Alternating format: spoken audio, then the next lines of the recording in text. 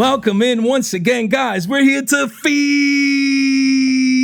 Let's go, baby. Yes, that Yu-Gi-Oh cardboard addiction, guys. You guys already know we have Triff, man. Triff Gaming, the man himself, the current YCS champ, feeding that addiction for you guys. Guys, he's almost at 100K. I know we're a small channel. We just crossed the 10K mark. We do get a couple of thousand views here and there on the daily. So come on now. If you've been living under a rock, you got to get yourself a new home. Get under that, get out yourself from under that rock and come sub to the guy. Link in the description down below. First link, you want to subscribe right now. Why? Because you already know the guy, man. Top in YCS, top in regionals, left and right. And he's going to be at Worlds next year because we already know. He's going to be at Worlds next year. He's already putting in the time, the work, the effort. Amazing videos, guys, just covering the prices, the fact that things are cheap in the sense, he's saying right now, $100, you can win a regionals. When have we seen that in Yu-Gi-Oh? We're going to touch base on that and much, much more. So welcome in, man. It's a pleasure to have you on the channel. And any words before we get started?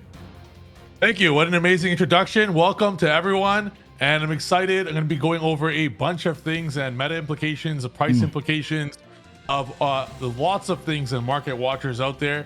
And for anyone that likes to play Yu-Gi-Oh for collecting or to, make money off it or whatever it might be, I might be the best Yu-Gi-Oh player in the world, but the best market watcher in the world is right here. So don't even subscribe to me, subscribe to him, because you need to learn everything about market watch.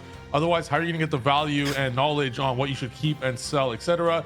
And he took the time out of his day to reach out to me to kind of like combine to help all of you guys watching. What are the cards you guys should be looking out for? What meta implications do each topping event have for the rest of the format, OCG, etc.? This is going to be a long video for you guys to learn from this, so make sure to subscribe to him so you could have more videos like this moving forward. And let's get into it. I'm excited. There's so much stuff to go over and talk about, so let's do it. Let's do it, man. This guy's the GOAT. This guy's amazing, guys. Make sure you subscribe, guys. We're going to have super fun here today. So again, we just crossed the 10K mark right here, guys. Congratulations to the channel. Triff, we had to do it big. He swung by for the 10K. He's celebrating here with us, and we're going to get right to it, guys. So with that said, I did meet Triff in 2024 YCS Anaheim when he became champion. There was like 1,500 players out there. It was an amazing experience just to be in the room and see the hard work that he put in. And we had to hook him up with the Billy Bob. You know what I mean? So it was an amazing experience just to come up and say hi. It was a super fun. By the way, you're my good luck charm, bro. So you show up to Anaheim, I win. What, a week before that or 2 weeks before that, you said hi at the Queens Regional. I win the next YCS. It's crazy. It's crazy. Better be at Peru. Better be at Peru. That's kind of far. I do know Spanish, man, but that's kind of far, man. That's kind of far. But, I got you on Anaheim because you're going to win that one. You're going to be back Anaheim champion, man. We're going to have fun. Back to back, like yeah. I got to go back to back. You have to, bro. We're going to have some fun at that event. It was great to meet Triff at that event. An amazing experience, guys. And then, yes, we went to the New York regionals, and I just want to take a moment because it's very inspiring. Me, I'm not, a competitive Yu-Gi-Oh player, and that's what I love, bringing people on, that compete at the highest of levels, champions, GOATs in their own space, like Triff. Bring it, because I was at the same event. I was just, trading, just doing something, just absorbing the same event as Triff. And something that was very inspiring to me was the fact that Triff in this event, because again, you're a champion, but you don't win 100 straight events, right? So this is one of the events where maybe it's not your day. Maybe, you misplay here. Maybe, your opponent just called by the grave, the right hand trap, X, Y, and Z, right?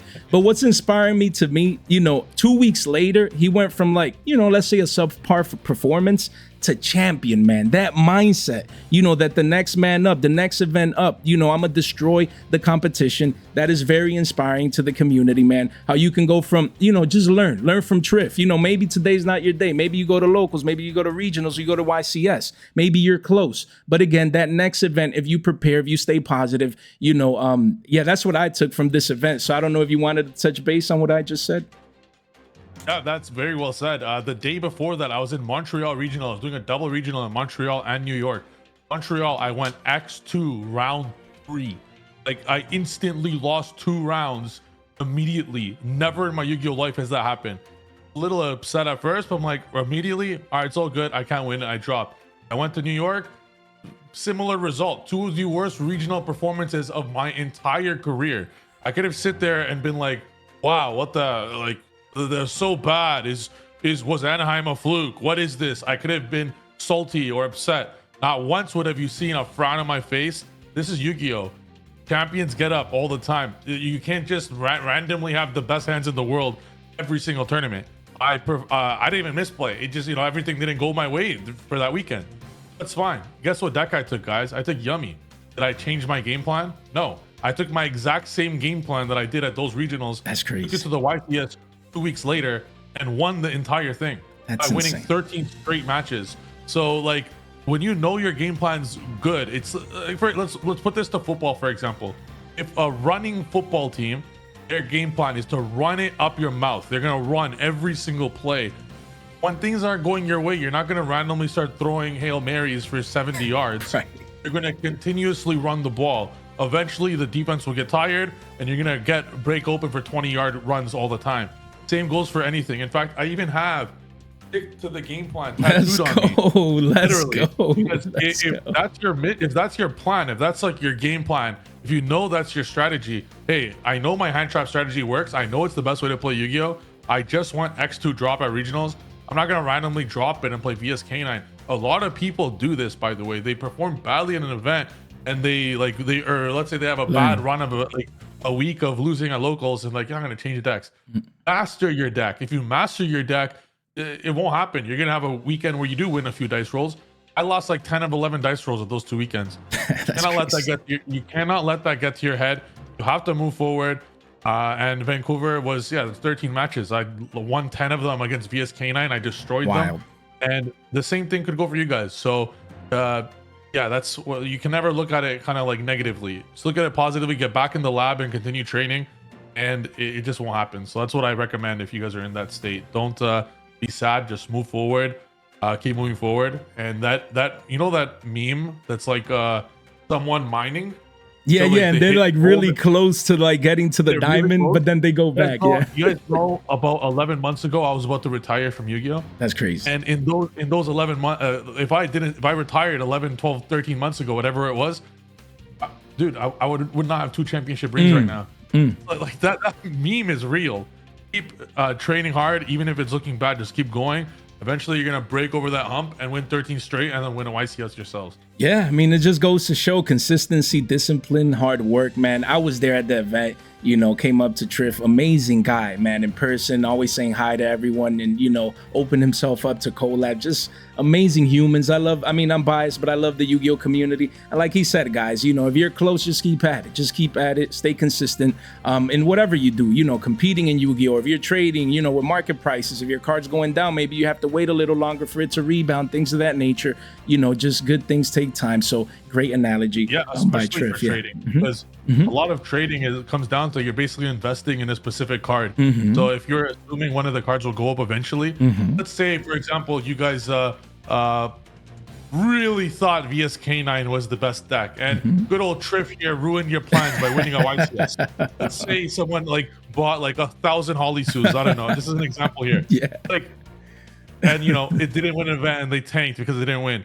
If you guys just kind of guessed a bit to, let's say, maybe Yummy will win, and you guys got 100 cores of Yummy, which I know it didn't go up a lot, but Cup C I think went up a bit. Yeah, it did go up. It did go up a bit. Yeah, we covered it. Yeah, you're right. Maybe that would have been a better investment at that point. And you also got to get a little bit lucky. You don't know what deck's gonna win it. Right. So maybe don't sell it right away. Just wait a little bit if you believe it's the best. And I do think that's a lot, because what's that $1? What was that common card for Killer Tune that's worth a lot now? Red Nova. Let's look it up here for you. Yeah, you can keep talking. I got it for you. How much is that card worth? That card was definitely 2 cents last week. Yeah, it was bulk right here. So right now it's $4, and it was nothing. It was quarter. Yeah, a quarter. Yeah. So this is if someone hops on this immediately, as 100 of these, this, by the way, this whole area of Yu-Gi-Oh, I love it, even though I don't trade myself. But, as any grown man, I love money. Right. So, who doesn't? And I love Yu-Gi-Oh. So I love investing. So it's this is really cool to me. I've never personally gotten into it, but I will. But would Konami ban me if I buy 100 deck cores of Yummy and then win and then increase the price by winning? That's legal, right? Nah, yeah, I mean, it's winning, man. You're competing because if it's not you, it'll be someone else. The deck is just good regardless. And, you know, Triff makes a great point in the sense that there's amazing, you know, opportunities in the investing world, especially in Yu-Gi-Oh! With a hobby we love. And that's definitely a question that I'm going to get to down the line, just asking, you know, Triff, just about investing. You know, some people believe, actually, I'm going to just do it now. People believe that you can't make money with Yu-Gi-Oh! There's a belief out there, what we call Billy Bobs. They're like, no, it's a hobby, man. We just buy the cards just cause, you know, you can't make money with this game. You know, I don't care about the price as long as I get value or utility out of playing the card. If it crashes, I'll just buy the next new meta deck. Here at the Fresh Off the Press community, we believe in recycling your purchasing power. If you have a deck, if eventually it's going to crash or if we're going to get reprints, is your responsibility or due diligence to get rid of those cards so that with that purchasing power, you can buy the new deck and not feel that economic hit. Because again, we're all addicted to the green here. That's what we call it here. Who doesn't love money? And in my humble opinion, you know, my expression is always cards have value. Okay, so you can either make, save, or lose money in this space. It has value. Like you just said, Red Nova was a quarter. Now today is $3-4. That's, you know, $1 million next. Nah, you know, it went from a quarter to threes. The whole point is already up, you know, so if you invested into and you're moving this to Killer Tune Billy Boss, oh my God, I need Red Nova. I don't know if it's getting reprinted. I need it right now. You're going to be happy. You're going to be happy moving quarter cards at threes. Or, you know, if ESK9, you know, again, like Triff said, if it was super expensive, you know, Stake Your Souls were 50s and Holly Sues were 45s, and you know, and Soul Raisins were 33s to 40s. Insanity. And now the cards, as we're going to discuss today, they have been crashing. So like Triff said, it's all about opportunities. You know, we can make money or save money in the Yu-Gi-Oh space. And then just want to hear your thoughts on that, you know, common theme out there that, nah, it's not about, you can't see Yu-Gi-Oh like the stock market. You know, you can't make money with Yu-Gi-Oh. It's a hobby, guys. You know, I just love to own my cards and that's about it. So what's your thought process on that? Guys, you could for sure 100% at least not lose money. You could definitely make money playing this game if you wanted to, especially if you took the time to kind of learn a little bit of the formats. And on top of that, let's say a new set comes, and let's say, I have a good example, let's say your Ryzeal deck. If I was you guys, you know, I would have, let's say you had a full QCR Ryzeal everything, for example. Well, you know, for now they're crazy inexpensive. That detonator you're looking at was $200 at one point.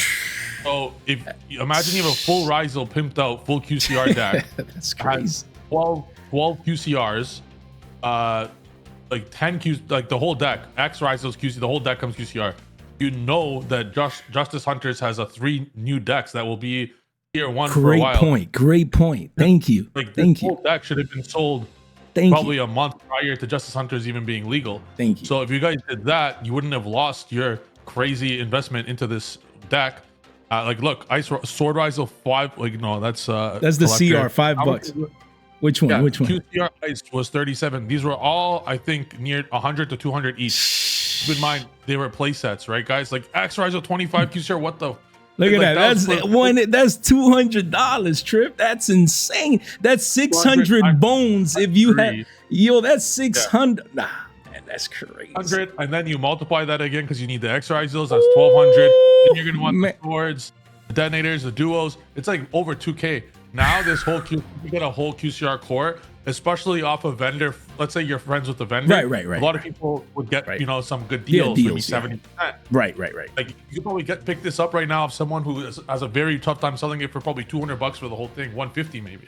Yeah. So you guys see how much of a dip, like that's from 150 to 2,000. That's like an absurd range. Yeah, that range is too much. It's just too much. Yeah. Like that's what we call recycling your purchasing power. And again, you don't have to sell the top. You don't have to sell like, oh, you know, detonator 200 exactly at the top. No, but like let's say like we always do here. It's all about the charts here. You know, we talk about evidence. We take what we call naked charts here that most people see, but they don't analyze. And again, what we do here, Triff, just so you can see here real quick. Look at that. Look at this area. If you sell at any point here, you're still good. You're a superhero. You know, like it's hard to time the tops. Oh, you're going to be that one lucky guy. Yeah, I sold that all at 200. No, but if you sell here at 150, 125, you're still looking good when the card is $30. That's still called recycling your purchasing power because you sold before the crash, before these things occurred. Exactly. And again, that's go ahead. About that, look how long that is. Oh yeah, my bad.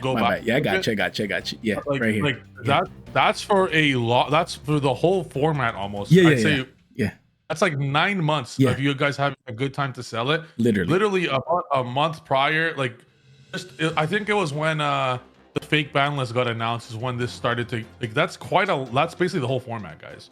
Literally. If you sold it at any given time, about a month prior, and you know what, that gives you like 9 months, 6 to 9 months of playing it, and then you could sell it.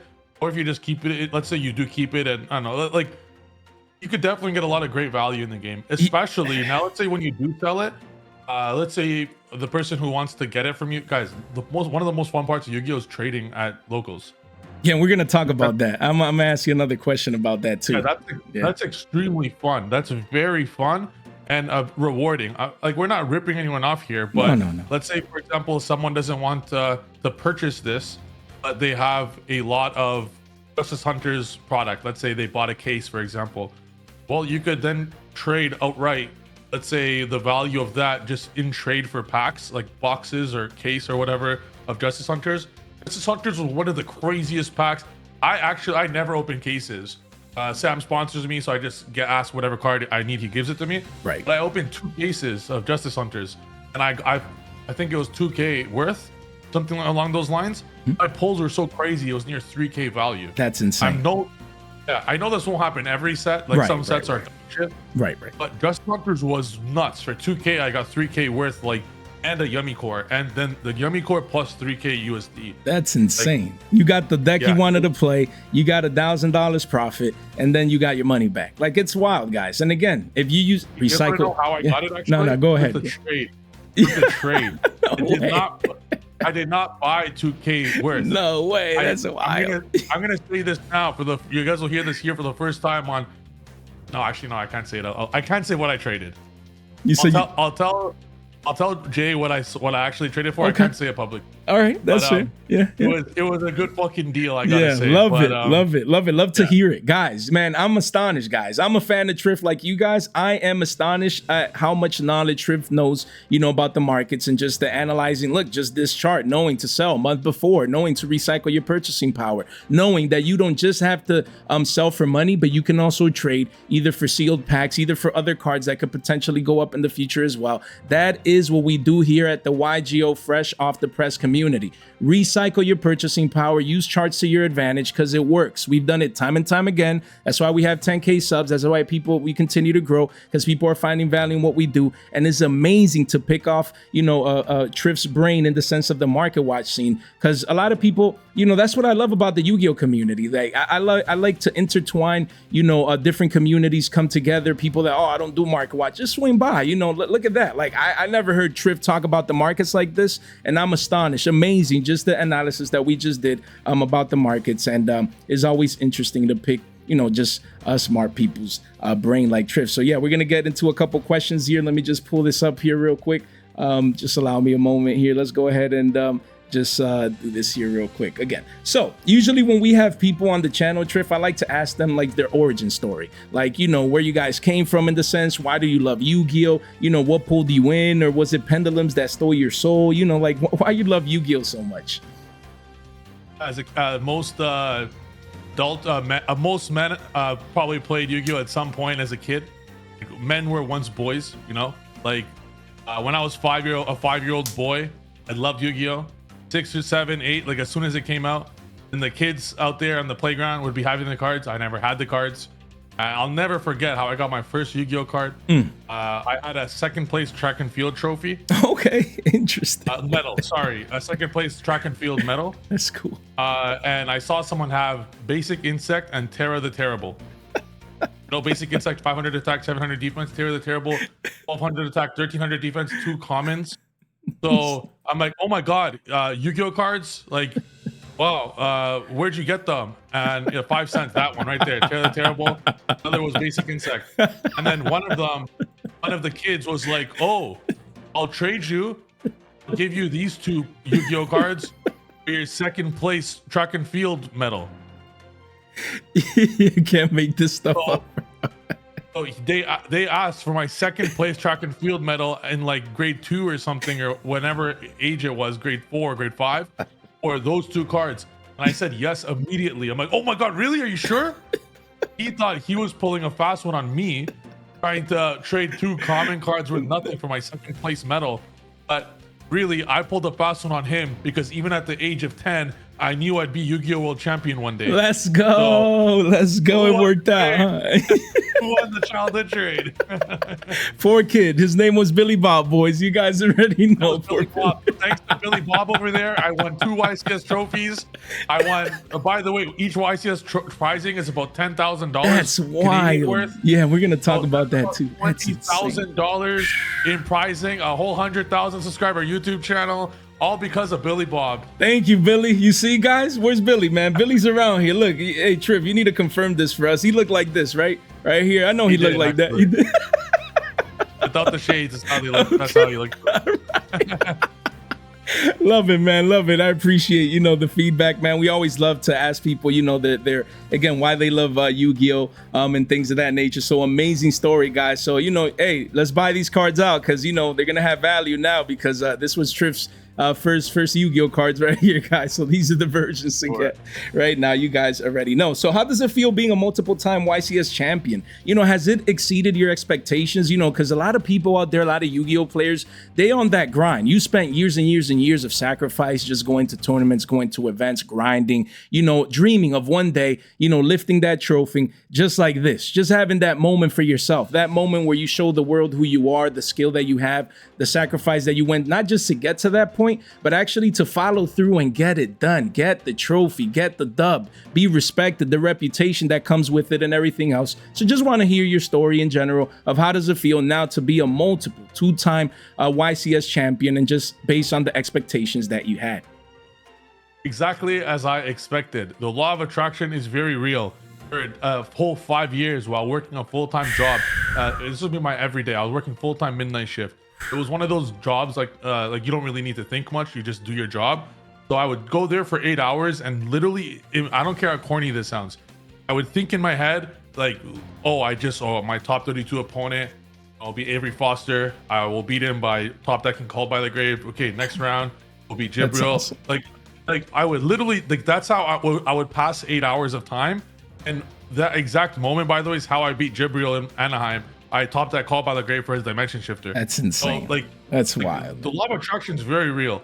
So this exact moment of me hoisting this trophy was done 1,000,000 times in my head already. So this is to no surprise whatsoever. And I'm not done. I'm gonna have double-digit rings one day. Woo! So this is just the beginning. Like I'm just touching the surface.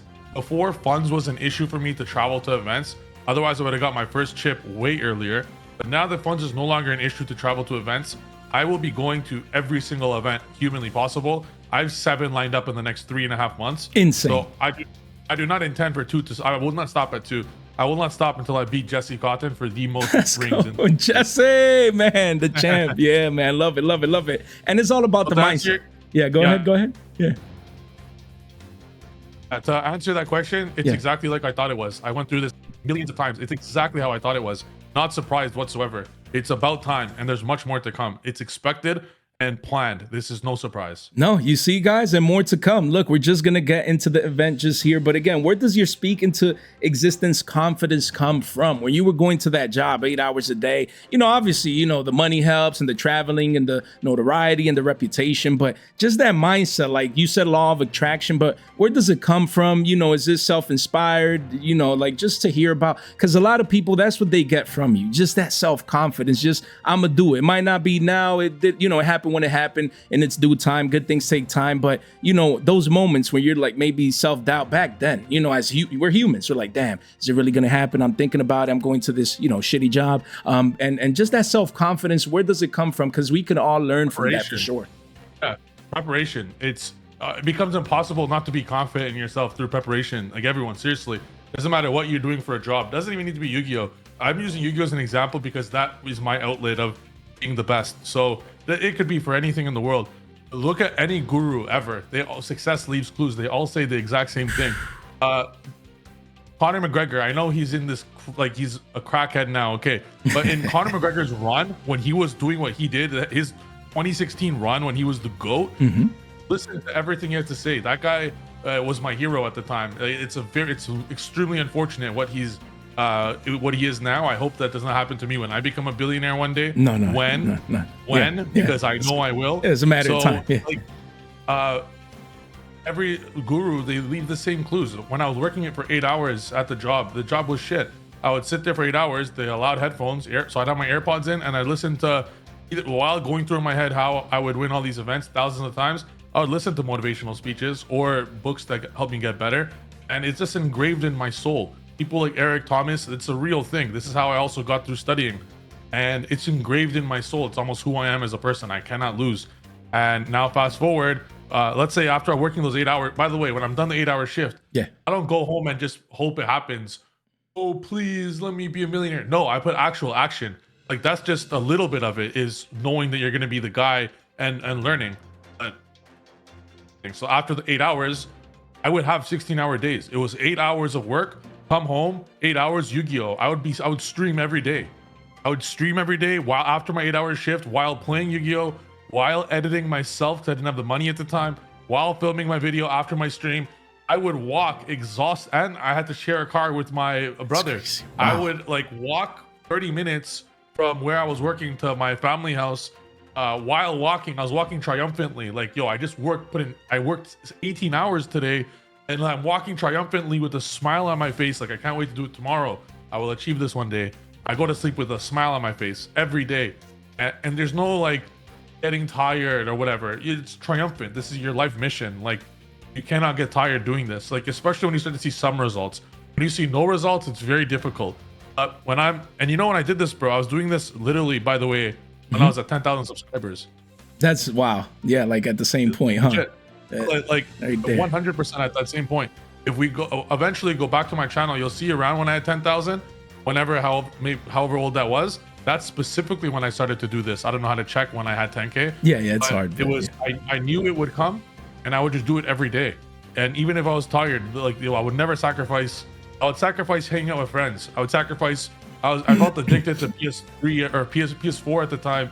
I loved playing NBA 2K Association mode. Love it, yo. Yeah, we need to run. Hey, I got you, Triff, on that one. You can't beat your boy. I know you the GOAT. I'm crazy. I'm crazy at 2K, bro. Yeah, same here. I know you the GOAT, but damn, we need to run that one. One day. But yeah. Sounds good. Sounds good. Yeah. And while a few years ago, when my channel was suffering, I wasn't doing much work and I was lazy. Right. The worst thing in the world is like you could make it, and then you already like make it, like you already have it. You could taste it, and then you're being lazy. Then what? Like that was inexcusable, like on my end, to take like years off. Truly pathetic, almost on my end. So luckily I got out of that. I went back now in my 16-hour grind. Even now that I won, right after I won, you want to know the first thing I did? What was that? Right after I won, I went to church to thank God at 7 o'clock. I went to mass Sunday at 7 p.m. to 8, and then I took a flight straight to my house. I didn't celebrate whatsoever. This was expected, and just back to work the next day. This is what happened after Vancouver. It'll be the same thing my next YCS I win this year. Like, you can't just like yesterday's wins are not today's wins. So I learned my lesson the hard way by not doing jack shit the last few years, like horrible, but I would never allow that to happen again. So to kind of wrap up everything is, if you work hard 16 hours a day, anything in the world, I could tomorrow, if I love socks, I could open a sock YouTube. I could study it for 16 hours. I could try different socks. I could do videos showing the texture of each of them, whatever. Doesn't matter what it is in the world, you could do it. And when you really enjoy doing it, like it's not even corny to say, like there's that saying, if you love what you do, it's not work. It's true. Right. Literally. Yeah. True. Yeah, I mean, same here, at least for me. I mean, to a smaller scale for now. But the market watch scene is scale, dude. Oh, same scale. It's the exact same scale. You too. You love what you do. Yeah. You're literally talking about Yu-Gi-Oh. I would also love doing what you're doing as well. Yeah. Like it's a great thing, and if you're having a blast doing it, every day. There's a finite number of market watch YouTubers. Yes. You and House of Champs are the top two guys, really. Right. And like House of Champs and MCO40 are almost like interchangeable as the same a little bit, like they both Zodiac duelists. Right. Yes. So like you're in a great niche where you could be one of the best in the niche. For sure. In my niche, in my opinion, it's me and Pac. Yes. Right now, because Josh and Jesse are doing a lot of Master Duel. That's like as far as TCG is concerned. Correct. But yeah, so I think just keep doing it because you're gonna be one of the best in the world at it. So just keep doing it. Don't give up. Nah. And bro, it'll be easy to give up because imagine having your friends telling you or your parents like, hey, you should have you should do something else with your time. Like I'm a European with a traditional family. I heard this every single day at home. No, for sure. I mean, yeah, like Triff, hey, guys, not just for my situation, but for everyone else out there, so many great points. Me, I also love motivational speaking. You know, I made a 10K video earlier today. You know, I used to suffer from anxiety. I'm an introvert. I used to be scared of cameras. You know, and then I developed to the point, you know, listening to Eric Thomas, listening to Coach Payne, listening to Les Brown, listening to all this motivational speaking. It changed my life. You know, it allows me now to maybe go up to a Triff, say hi, maybe put myself out there, shoot my shot. And then you wake up one day and, you know, for Triff, maybe his YCS is winning Anaheim. Maybe my YCS, as I don't compete, is collabing with Triff. You know, it's just that mindset, giving it a shot, seeing what the universe has planned for you. So amazing advice, guys, for you to take. It all takes hard work. Because again, I do daily market watches as well. Like he said, it's a small niche, but it's a niche hard to grow. Is easy in the sense competition wise, but it's hard because it's not mainstream. A lot of Billy Bobs out there, oh, who cares? This is a hobby. This is not the stock market, this and that and the third. But again, that's the whole point. I'm trying to change the game. I'm trying to bring people on to understand that we can all make and save money because cards have value. So again, shout out to Triff. Amazing, amazing take when it comes to life, guys. And that's what I love. Collabing, yes, we love Yu-Gi-Oh! We share the same passion, but we're all humans. We all have lives to live. And that's just an amazing take, you know, about the mindset that it does take to have that confidence, guys. So there you go. And also, we just want to know, Triff, how was the event itself? YCS Vancouver, there was like 500 plus players. Obviously, we can see just an amazing picture. You took it over. You put in the hard work. And again, a key point that I want to make, because that's something that I always see on X, people trying to downplay people's wins. Oh, you know, you went to Costa Rica, 200 players, and, you know, there was scrubs. There was people like Billy Bob J down there. He doesn't even compete. Of course, Triff is going to win, and Sam is going to win at Cancun. And, you know, of course, because Cancun, who goes out? No, there's, like Triff said, and you can check him out on his X post and all that good stuff.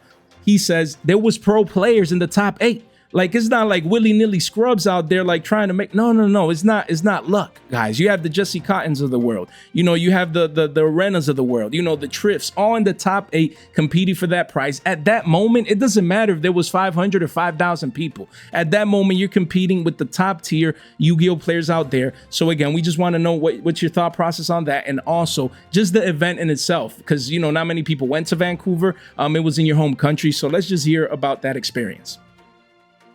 Great question there. If we could just max my screen for a little bit, I have a YouTube video to specifically answer this perfectly. So just go to my screen, on my YouTube, just on my Discord screen. Let me see. You mean your Discord to show your? Because okay. Let me see. Let me just see here, because it's gonna affect the camera, but let's show it here real quick. Let's show it. But you know what? I'll tell you the exact one to go on YouTube. Okay, yeah. I'll look it. I'll send you the exact link. Put this on, and it would do a better job explaining this. Yeah, of course. Let's do it. My man here says it perfectly. I'm gonna send the perfect link right there. Sounds good. Yep. Let me see here real quick. I said it better myself. All right, let me just go ahead and open it up here for you guys. Let me see here. See if we can. Where's the chat? Let me just see. It might alter the camera, boys, but we'll fix that here in a bit. Let's open this screen. There we go. All right, so let's open it up here, and here we go.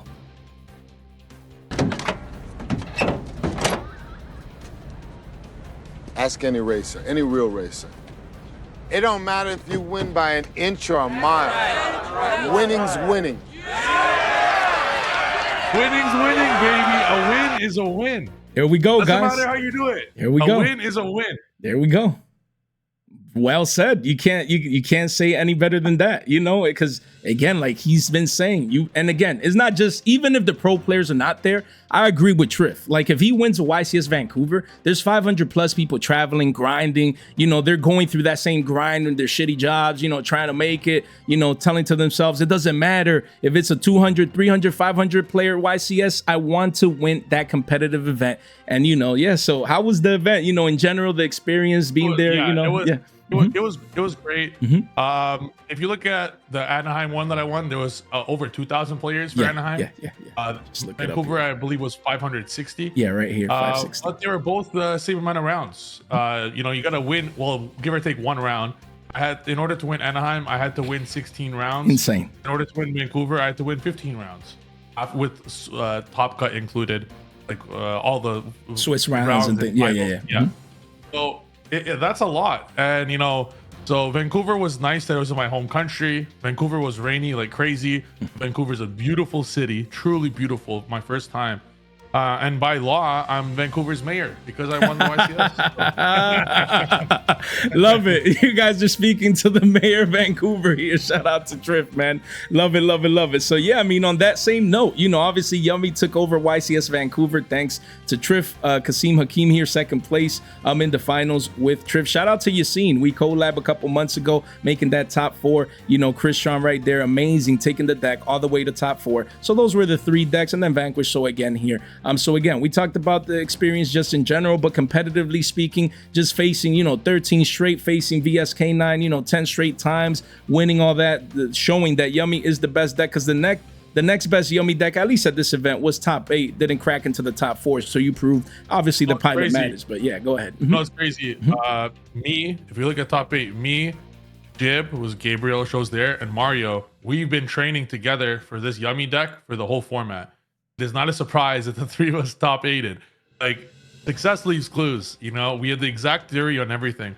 And this whole top 8, with the exception of Kasim and 4th place, who are good players in their own right, Jaden and Kasim in their own right, 6 other players in the top 8 all have double-digit tops. Like, each of them. I, in fact, have the least amount of tops of anyone in the top 8. That's wild. That's wild. But I have the most wins aside from Jesse. That's wild. Anywho, that's wild. Like that's a stacked top 8. One thing I also like to mention for this deck, it's an incredibly cheap deck. If we click my deck perfectly, it showed it was $500. So oh yeah, right there, 500. Quickly, so $500, right, guys? If we quickly also now just remember, let's put that number aside, $500. Can we check the price of Dominus Purge? Yes, of course we can. Let's just look it up here. Dominus. Just to show you guys how crazy it is. Like a YCS winning deck. This card, by the way, underperformed for me. Wait, it is not 18. This was way more expensive. No, it is. There we go. Right? Yeah. 45, 50 bucks. Yeah. Yeah, it was. I bought this for 210 Canadian, I believe. Yeah, because it was higher. It was like at the time of the event, it was like 60, 65 bucks a pop. So it was like $200 for a playset, American dollars. So yeah. Exactly. So that's $200 for a playset, right? So remove that from the 500. It's $300 now. Can we also see how much Dominus Perulia is worth? Yes. Let's see. Perulia? Yes, I got you with that one. Perulia. And now it's crashing because of the reprint, but we'll check. Basically, the price of the cheapest one was like 70 bucks here when the event occurred. Yeah, right here. 70. So 7 times 3. Let's say 200, 220, 225. So yeah, that's insane. The Perulia and Purge playsets are worth combined $400. My deck was 100 fucking bucks. Literally. Give or take, like let's say even 150. With 90% of this deck, main and side, being absolute staples that people already have. Who doesn't have a 10-cent effect healer, or Ash Blossom, or Ghost Ogre, or Imperm, or Pot? Like Engage has been around forever. Check the back of your binders, you'll have half the deck. This deck won at YCS. That's crazy. And it was $100. That's crazy. And at this time, Yummy cards were crazy cheap. They were $5 each. Yeah, they were super cheap. Yeah, they were super accessible. And people thought the deck sucked. So you had to almost pay people to get they would pay you to take their Yummy core. Like no, like they all had it. So Yugioh's saved, guys. $100 YCS winning deck. Purge and Perulia even slightly underperformed. They were not necessary. Right, right. Yeah. I mean, it's crazy to hear the thought process, you know, of, again, a YCS champion just going through those rounds, facing top tier competitive Yu-Gi-Oh players, analyzing the cards market wise, telling you guys that $100 deck core can take you as far as a YCS top or a win, as we can see here, guys. So amazing take when it comes to winning a YCS at YCS Vancouver.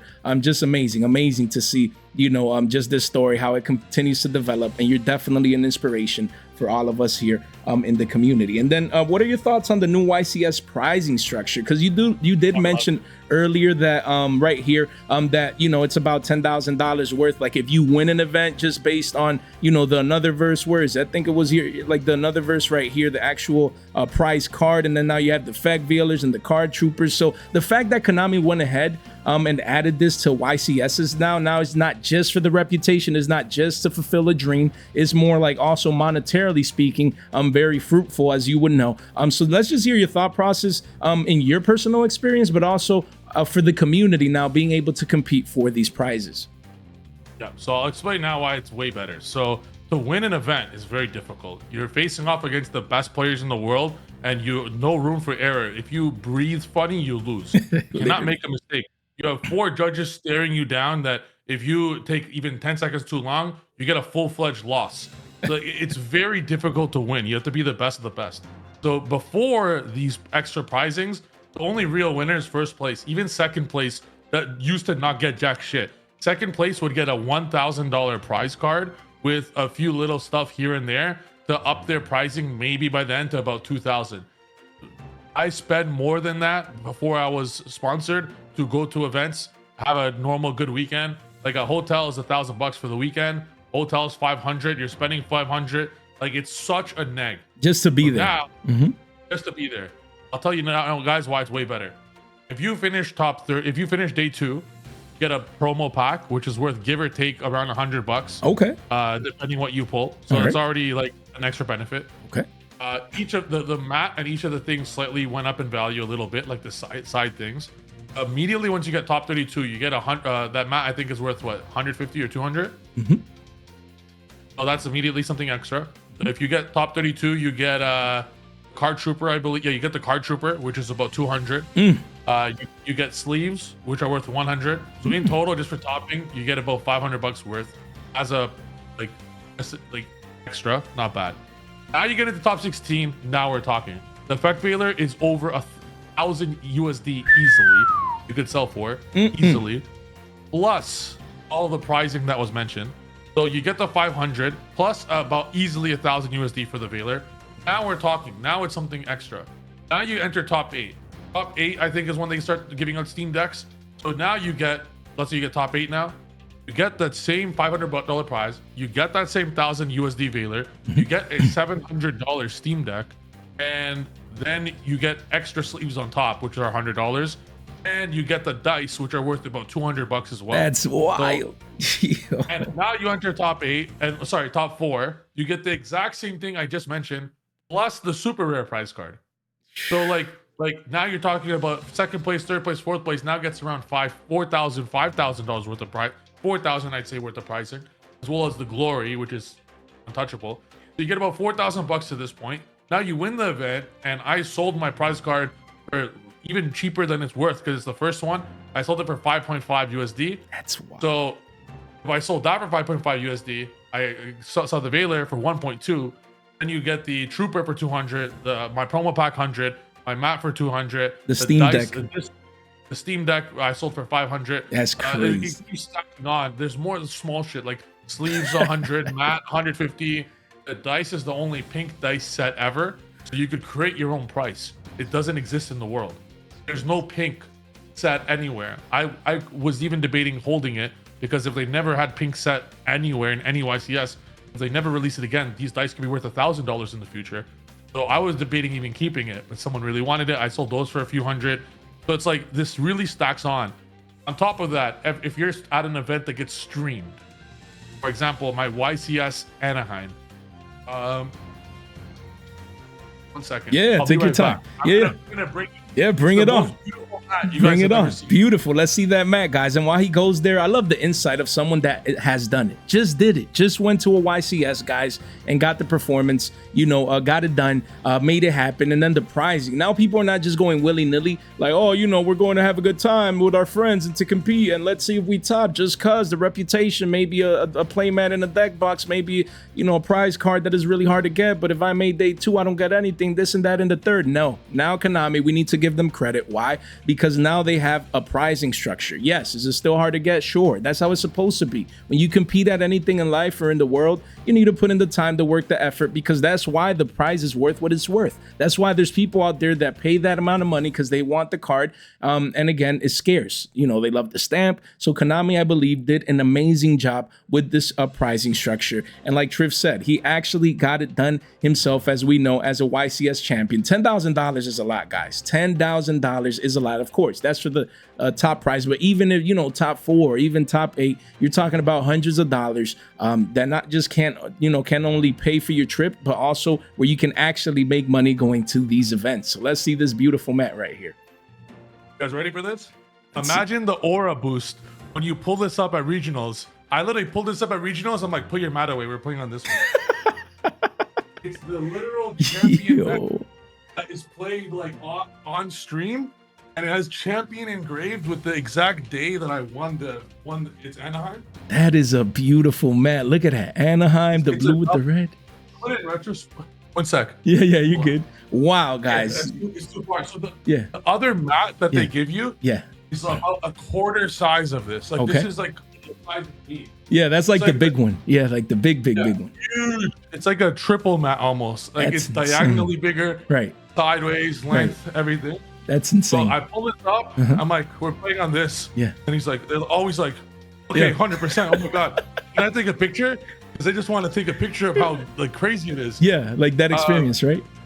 Yeah. And they just started to put the champion. The champion's the coolest part of it. Right. They engrave it now on the mat, but they only give it to the winner of the events that are streamed. Okay, not YCS Vancouver, obviously, but that's good. That's motivation. That means Triff is gonna do it again. At Anaheim. You're gonna get another one. Yeah, for sure. These are crazy. Like this is probably the most expensive mat in the world. I'm not even capping. That's Unless wild. maybe some old spell grounds where I'm not too familiar with. Maybe you would be. Right. So my buddy Haisam, he had a 3v3, the 3v3 in Vegas. He won with Hani. Okay. Brother.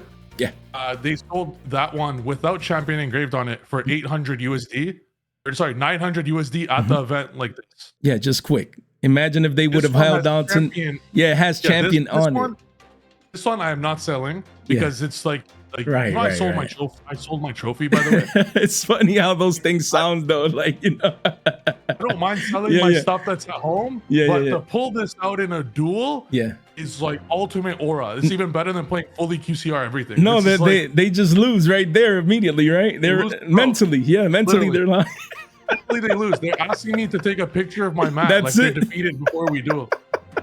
Hey, mind games, man. Mind games. That's what it's all about. Even though I'm not selling it, Hani and Haisam sold theirs for 900 USD. Yes. I'm gonna only sell mine for like fucking $5,000 or some shit. Yeah, that's it. No, I get it. No, I mean it's just one of those things that you earned. It took hard work, and most of the prizing, of course, like Triff said, Yu-Gi-Oh players move at a cost, their trips and just to profit off, the hard work that they put in. But yeah, there's gonna always be some, we're emotionally attached maybe to a mat that we can use on the daily every time we doing things of that nature. So that is just awesome. Yeah, go ahead. People see it. So I mentioned earlier, remember I told you there's something I didn't want to say that I sold? Right. I sold my first trophy for $2,000. He didn't want to pay cash. He gave me 2 cases instead. There you go.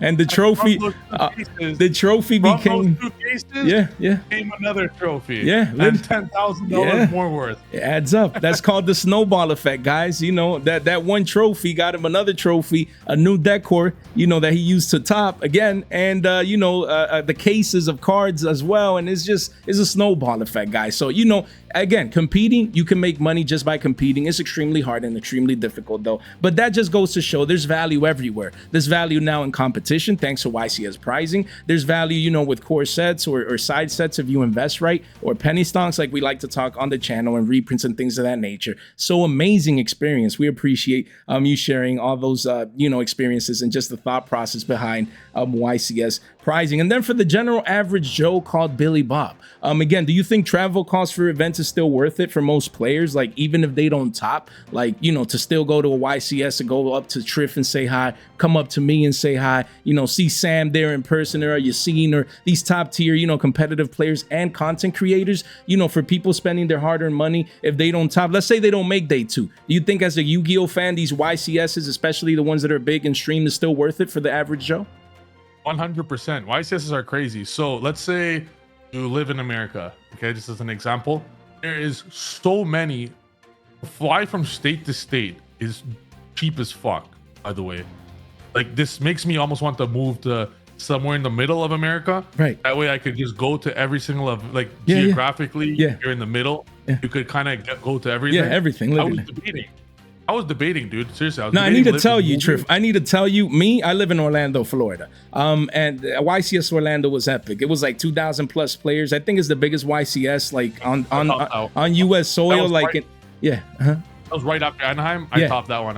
You see, it was amazing. So that's where I live. That's in my backyard, and it was amazing. I'm going to Pittsburgh, and it's $68 round trip. Like, I'm talking round trip.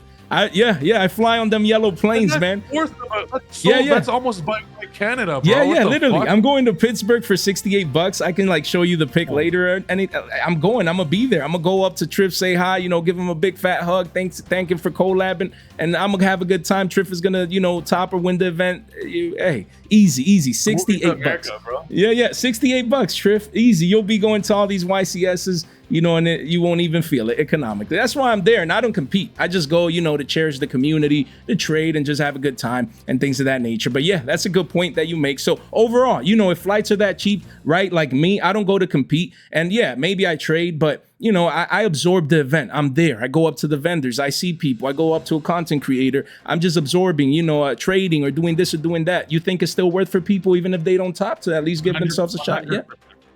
100%. Yeah.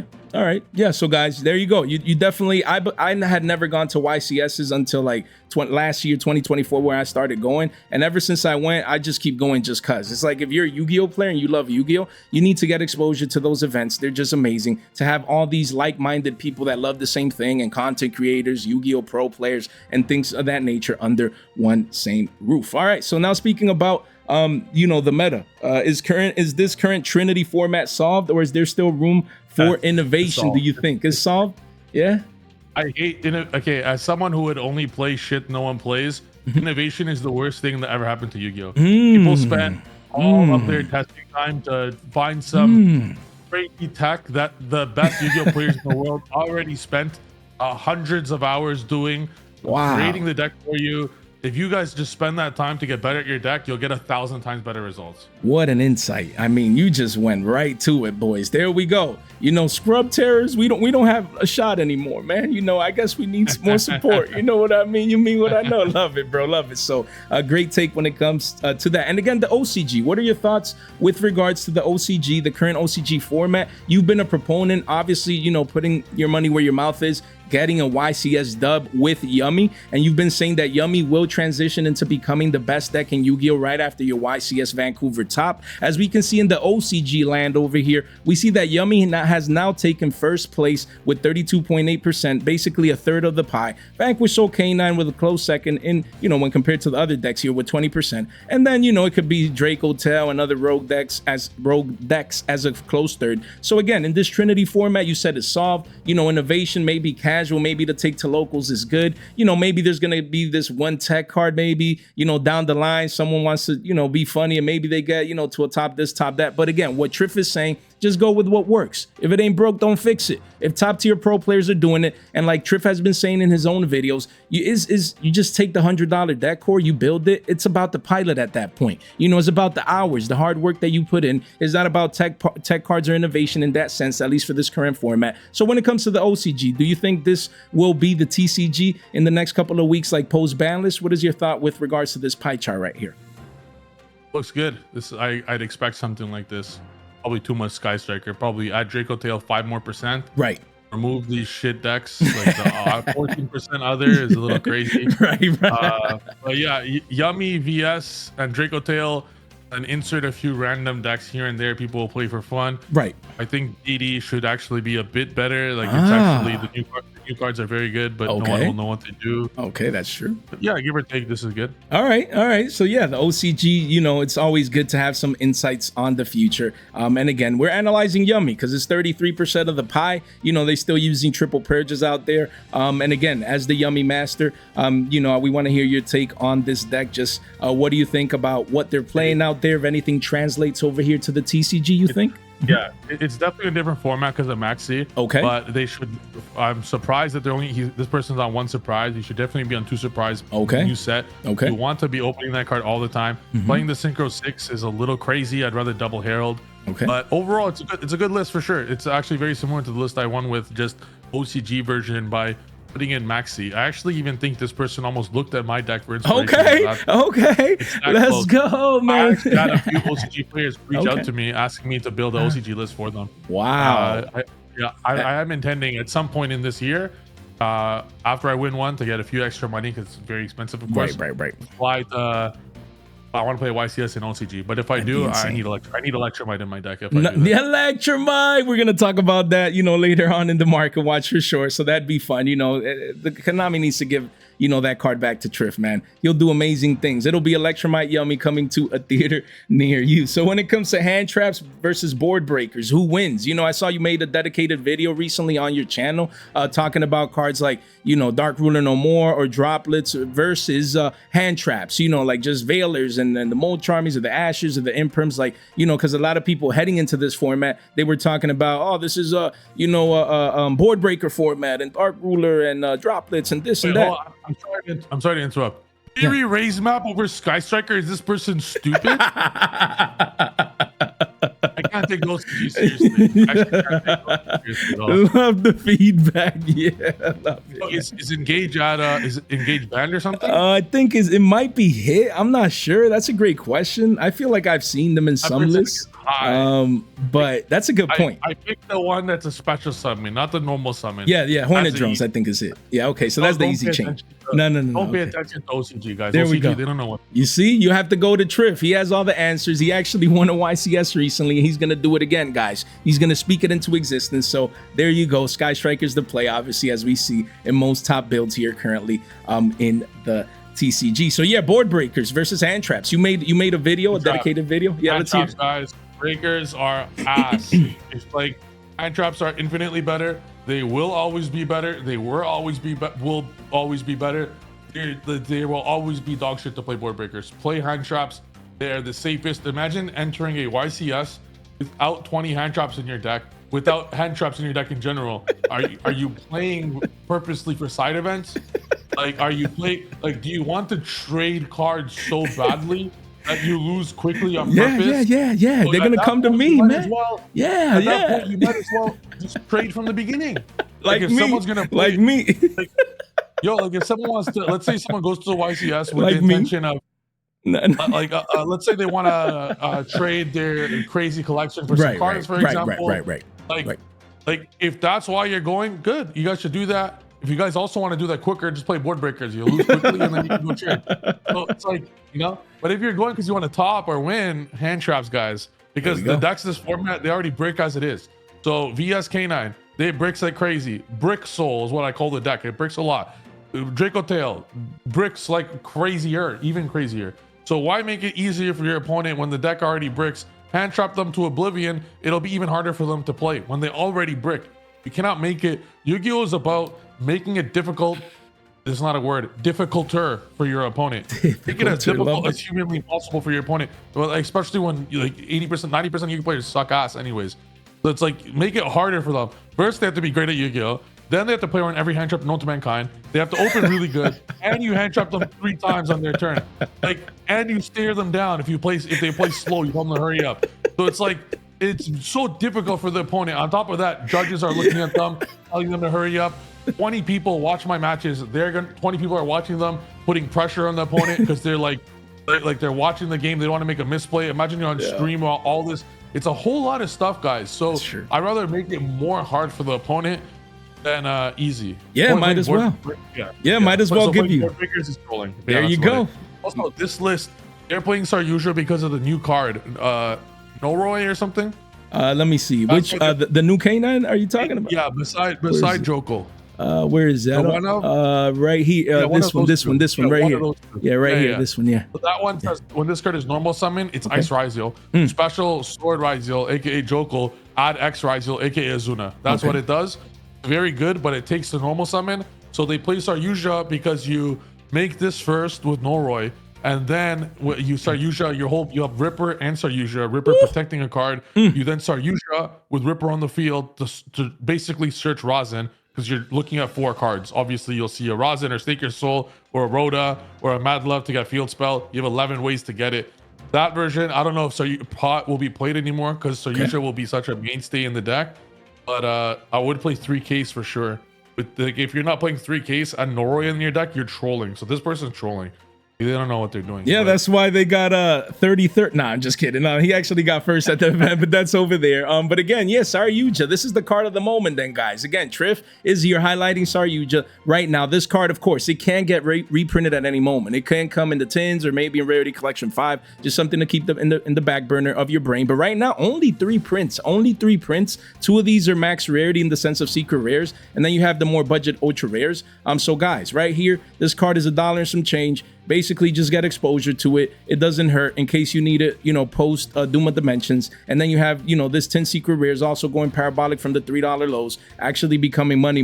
There's a couple here at $7-8, then it becomes a 20-piece McNuggies from Mickey D's, and then a 30-piece right there. The chart is saying that it's about to go parabolic. You can see the volume also coming in the chart. So again, this is the Triff card of the day right here, Saruja, in the sense of played as a one of once the future K9 support comes out. So definitely something to keep in mind. And then a quick question when it comes to rogue players. Again, we talked about innovation a little bit earlier. Rogue players out there that like to play hero decks, scrub terrors, Odeons of the world, Regenesis. What is there for us, man? We want to compete with our scrubby rogue decks, man. So I want to know, is it time for rogue players to come back to Yu-Gi-Oh, or will meta decks just continue to dominate us at events? All right, guys. As someone who was a rogue meta player for the longest time, quicker you guys make that transition, the better, guys. He just kept it simple. Yes, just had to ask you, bro. Because there's a lot of us, man. There's a lot of, we love our cards, man. We don't love K9s, okay? We love scrub terrorists, Triff. You need to understand. We play for the love of the game, not to win. Nah, just kidding, man. But no, appreciate it. Appreciate the feedback. Again, guys, you have to play the best cards, available to you. You have to give yourself the own best shot for you to compete. And the best way to do it in this Trinity format, especially with Yummy, as Triff has been saying, all along. And then again, what do you think about Yu-Gi-Oh Worlds coming up this weekend? I mean, and then you have an idea about like a potential 3v3 tournament and things of that nature that you mentioned on X. So just tell us a little bit about that, if you have plans to do that, how you're going to do it, when, and then just Worlds overall this weekend, the fact that you're going to be there next year and all that good stuff. Worlds is epic as always. I've never done a Worlds grind in my life. This year will be the first time I'm ever doing a Worlds grind. Those who don't know what a Worlds grind means is you attend every regional nearby your house, as well as you go to as many YCSs as you can in your region. And at the end of the year, Konami tallies the top 16 players with the most points. You get points depending on where you finish at each event. And the top 16 enter in a tournament at Nationals to play off in a 16-person playoff, where the top 4 of the top 2 of the 16 make it to Worlds.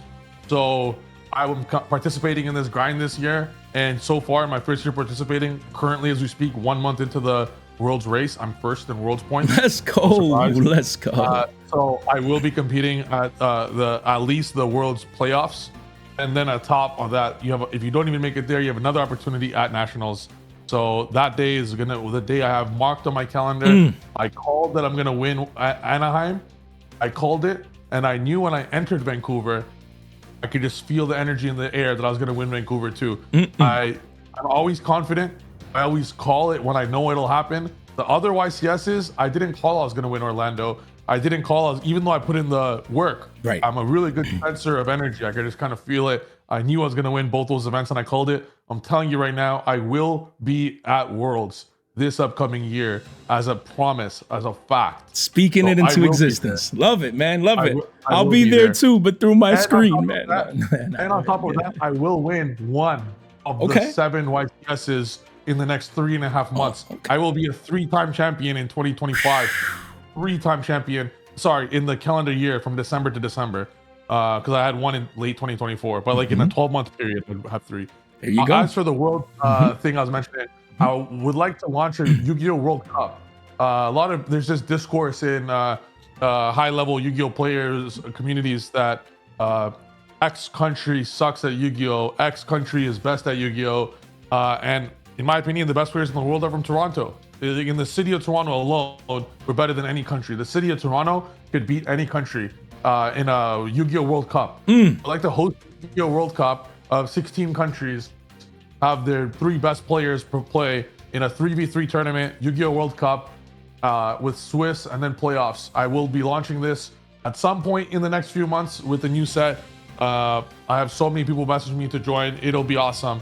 That'll be very fun. That's amazing, guys. So you heard it here first in the sense that, guys, 3v3 World Tournament, that's exciting just to, see how it's going to pan out, just to see so many great minds come together for an event, and just competition. I'm actually going to reach out. I'm going to reach out to a lot of people in the OCG to see if they want to defend Japan. I mean, it's a World Cup. Crazy. It's a World Cup, so that'd be awesome, man. Hey, if you need someone, to talk a little bit about the event, someone, what do you call those? The commentators, I think, I think I'd be good for that. So, just keep your boy in mind, just in case it'd be a great opportunity. But yeah, I mean, great. Hey, he's gonna be at Worlds next year. Speak it into existence right there, guys. As you guys can see, Worlds is an amazing event at Paris this year. It's gonna be epic and great city. And so then Worlds has to be in Canada next year. I mean, it's just par for the course. I mean, come on, Konami, make it in Toronto. So he's at home. Triff is gonna be at home for next year, so that's gonna be pretty fun. So yeah, guys, yeah. So I was gonna say, I mean, we're doing giveaways on the channel. Come over here, hop into Discord, guys, to celebrate our 10K. You only have a day left for this giveaway right here. And again, you need to subscribe to Triff. We're an hour in. It's crazy the fact that he's given us, an hour of his time already, just having so much fun talking about the markets, the OCG, the competitive scene, just so many things. I'm really thankful, guys. So you want to click the first link in the description down below and come over here and subscribe to my guy Triff. He's already at 100K essentially. Just hey, let's help him out, man. Let's help him out. And then link in the description down below. Come to the link tree if you want to check out our links. Make sure you do so right there. Make sure you subscribe to your boy right there. Ring the bell, like the video on the way in. Shout out to Triff for swinging by. And then lastly, more towards the latter part of the market watch, I just want to ask you a couple questions about the market in itself, in the sense, like, should competitive players even care about market value, or should they just focus on winning? Like you mentioned, some people go to an event after they scrub out or in between rounds, they're like, let me go trade cards, let me this, let me that. Do you think as a competitive player, of course, in your position, maybe you're sponsored, you get cards, but not even at that height, maybe you're just a competitive player. Should you consider, market value, caring about the prices and things of that nature, or should you just focus on, I need to win the event or be a hybrid? What's your thought? 100%. So as an example, I win my matches very fast. I play extremely quickly just because I'm used to, I play my deck 1,000 times. I know exactly, I don't have to think.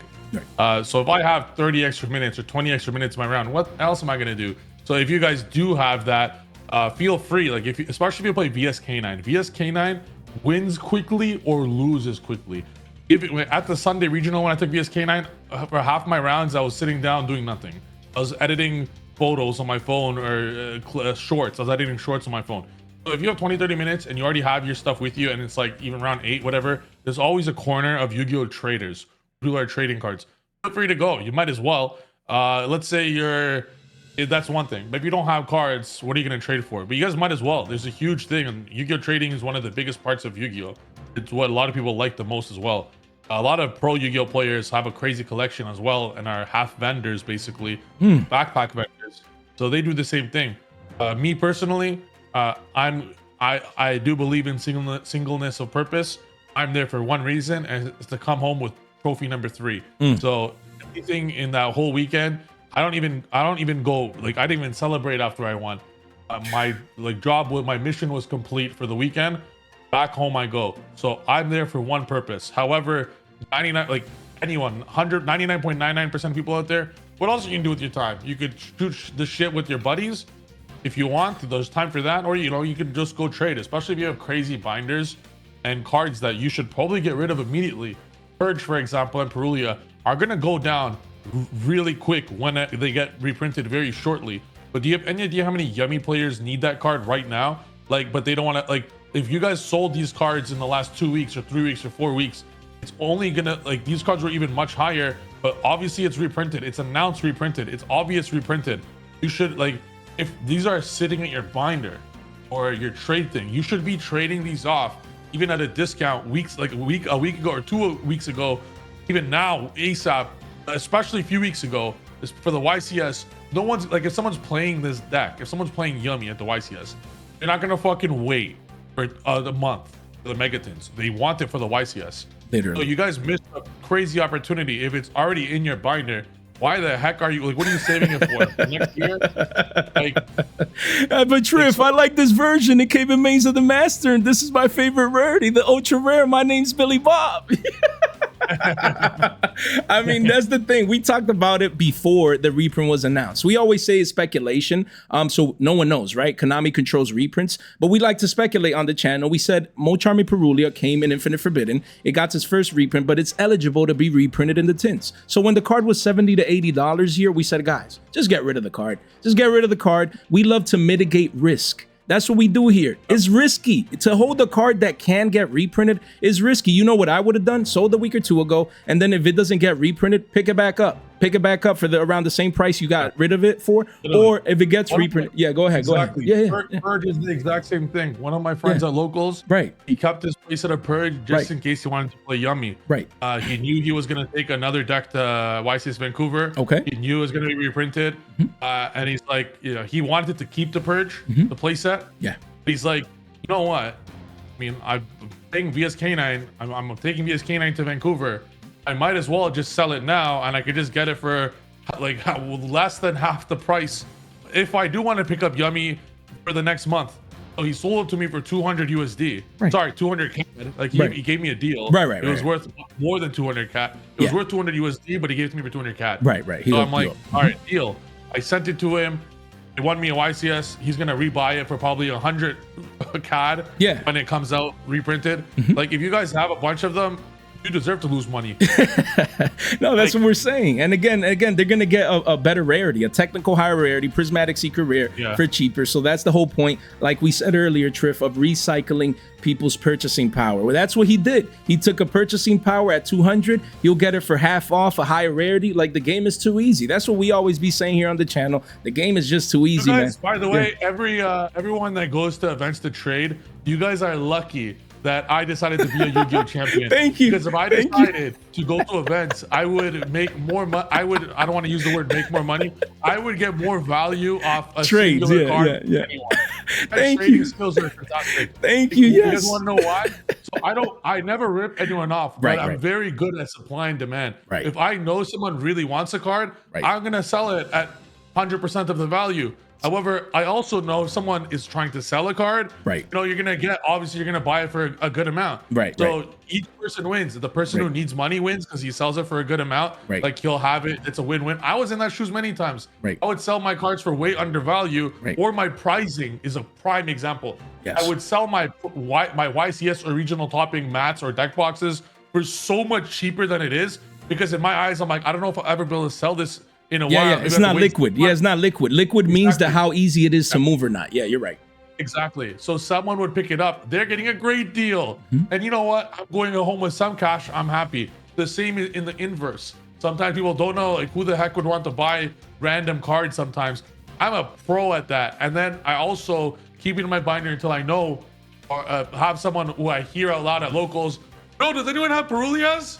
Obviously, like what? Like, obviously they're gonna pay full price for it. Like if someone's selling that out loud, right? This is just classic business.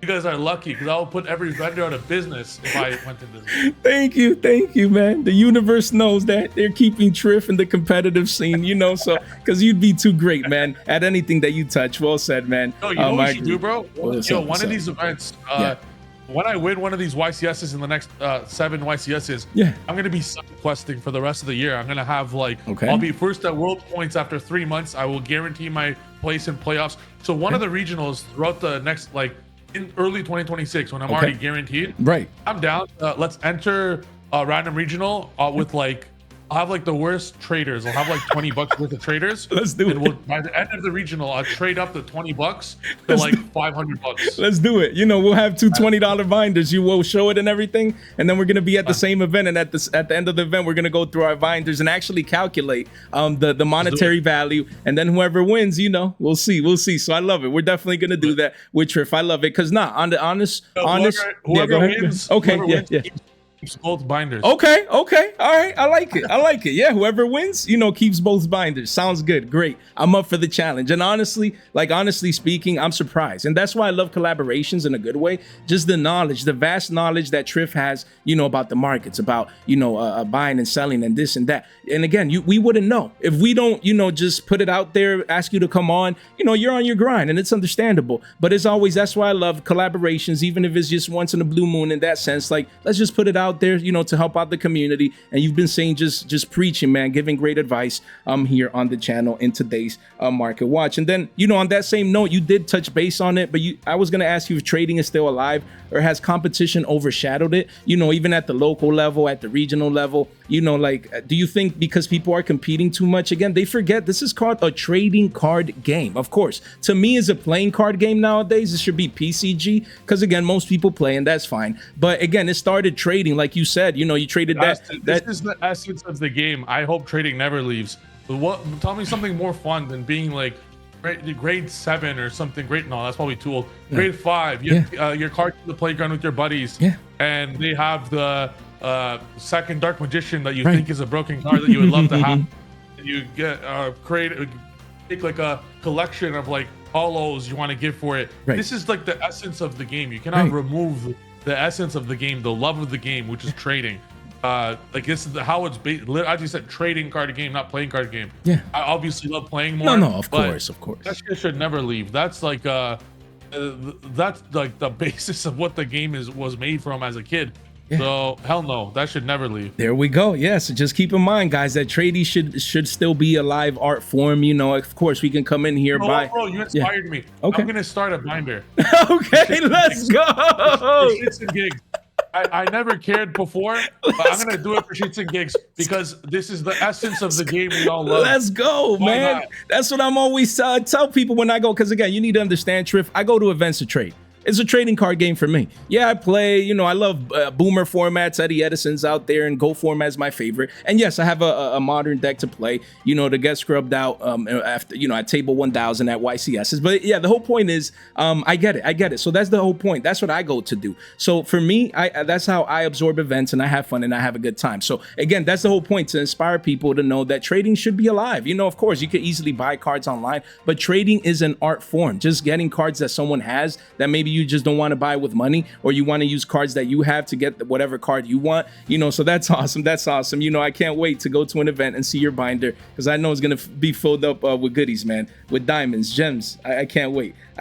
And yeah, with meta decks being cheaper than ever, is this a positive or a negative for the game? I mean, I also saw you talk about, we touched base on it a little bit, you know, on your channel right here. Just look at all these cards, even Starlight Rares, you know, Ultra CRs compared to the past. I mean, right now it's very cheap to pick up Yu-Gi-Oh! And competitive meta decks here, as we can see, you know, places for $10 and below for core decks, you know, core decks for $100, like you said, and you've been posting on your channel, people winning regionals and topping big events, with $100 decks. Like, you know, do you think it's a great place? Some people are worried, core sets are losing value now, everything is cheap inside. Like we saw Dusa boxes and Suda boxes and Justice Hunter, like all these boxes are cheap, $40 boxes. People are worried that there's no value in Yu-Gi-Oh! Because it's too cheap. But then there's the other side, if it's cheap, more people can play the high-end competitive decks. So what's your take on that? I love it. Okay, personally, from a selfish perspective, I would prefer that the very top #1 deck in the universe have a huge barrier to entry, so I'm the only one to play it. If that makes sense. It's very selfish, and it's just a random thought I had. Like, I would prefer it be $1 billion, so I could play it because I'm sponsored. No one else. Very selfish. Now, with that being said, like put that aside for a bit. Right. I would overall prefer the top decks, like tier 1 decks, be $100. Why? Because the barrier to entry is so much better for new players, infinitely better. Because as a budget player, originally myself, that stopped me from playing meta decks. I was forced to play Pendulum for the first few years of me playing the game. So if the deck's $500, it's gonna scare off a lot of players. If it's $100, now you're gonna have so many more people enter tournaments, so many people enter locals, so many people enter regionals, and the YCS is not how you judge if the game is doing great. It's how many players are at your locals. Locals is the true bloodline of Yu-Gi-Oh.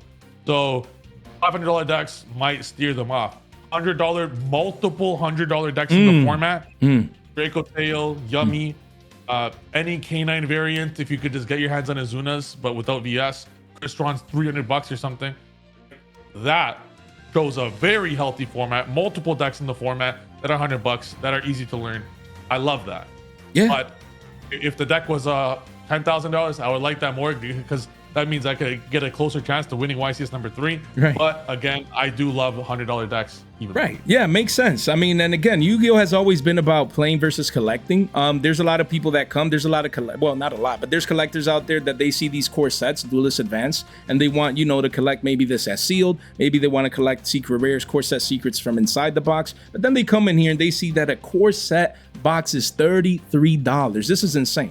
$33 for a core set box right here. Even some people buying it in the 20s, guys. Boxes. This is core set. You know what I mean? So then again, you always have, you know, the contrast there of people worried about the game, seeing $33 sealed boxes, you know, the game is dying, this and that and the third. But then you have the players, you know, happy, obviously, because it's cheap. I'm more on Triff's side in the sense that you want competitive cards to be cheap, to give people the best shot, you know, to want to compete, to want to go to locals, to regionals and YCSs. So I definitely agree on that. And then on the market side of things as well, we have CR Cup C Yummy at $39 and then Starlight at 44s. I mean, the gap is too small. What do you think about something like this, Triff? You know, when it comes to rarities, there's been a lot of talk right now in the Yu-Gi-Oh space when it comes to max rarity right now. And again, a lot of people are saying like, are max rarity reprints good for the game? Should collectors or investors be worried? Or just seeing the fact that we have a Starlight and a CR just with a $5 gap, it's like rarity is not mattering as much as when we were kids, common versus super versus ultra versus secret. Now maybe they feel like it's too saturated. We have PCRs and PURs and all them Ps and all them Rs,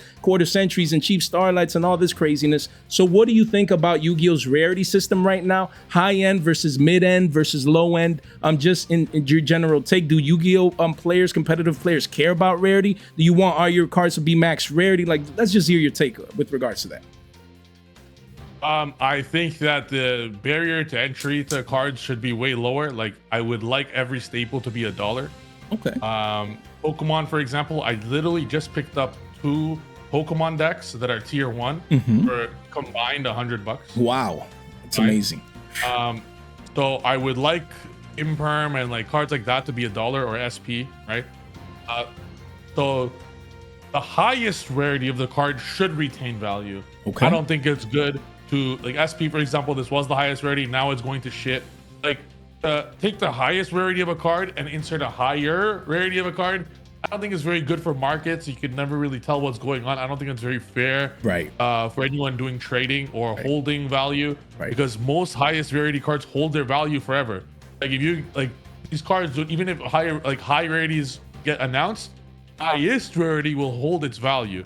So if you're already releasing Starlights and QCRs and shit, or ultis, whatever, don't release more that are like even higher, because like SP, for example, is a prime example.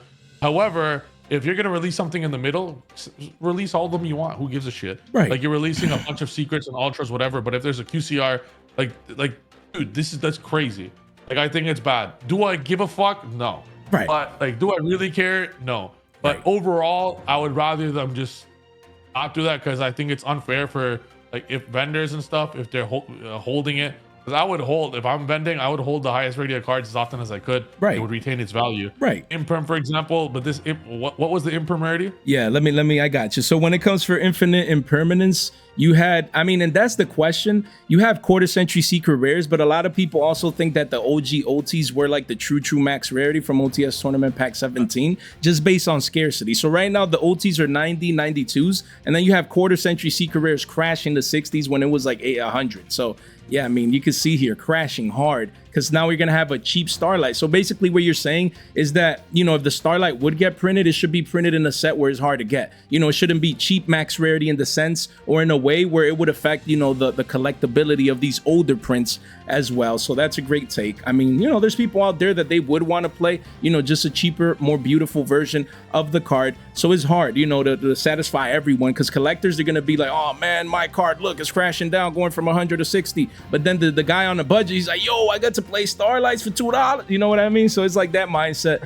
you know, again, not everyone can win, but definitely wanted to get your take on that as well. And then also about pricing, I wanted to ask you, we touched base earlier about pricing. We showed the cards here, but what do you think about the regional level? You're a guy that you recently just won a YCS. They need better. And they you need better. You see, regional pricing is so ass. Look at that. Look at that. You got second place right here. Where is it? Your deck was right here. Look at that. At the South Park WCQ regional, by the way. Look, you know, the man doesn't just play one deck. Of course, Yummy is the way right now, but with Vanquish, so K9. Yeah, go ahead. Okay, I got you. A little bit. I just want to show you something right here. Something hilarious. Right here. Sean Pittman did not win. Oh, okay. It was someone else. Yeah. Let me refresh right here. Let me see. Yeah. They haven't updated. They made a mistake. Okay. They made a mistake. Someone, I think, Ready for Duel or another company said he's playing my exact list, by the way, that won the YCS.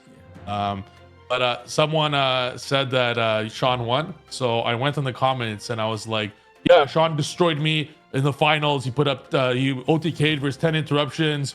Oh, yeah, I can so they believed he won. Like, I was trolling. Yeah. But yeah, the actual winner was Chris Drawn. No, it was Draco Tail, Chris Foose. Okay, Chris Foose. Okay, so this was the winner. Okay. Very, very interesting. Yeah, the double Cartesia, triple Fenrir.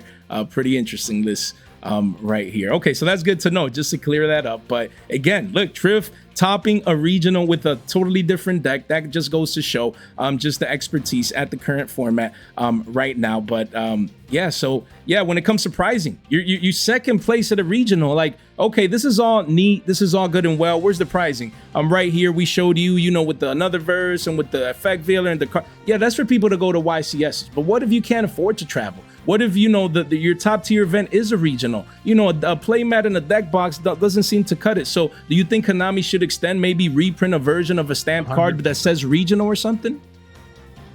100%. First place, it's the same pricing as fourth place. What?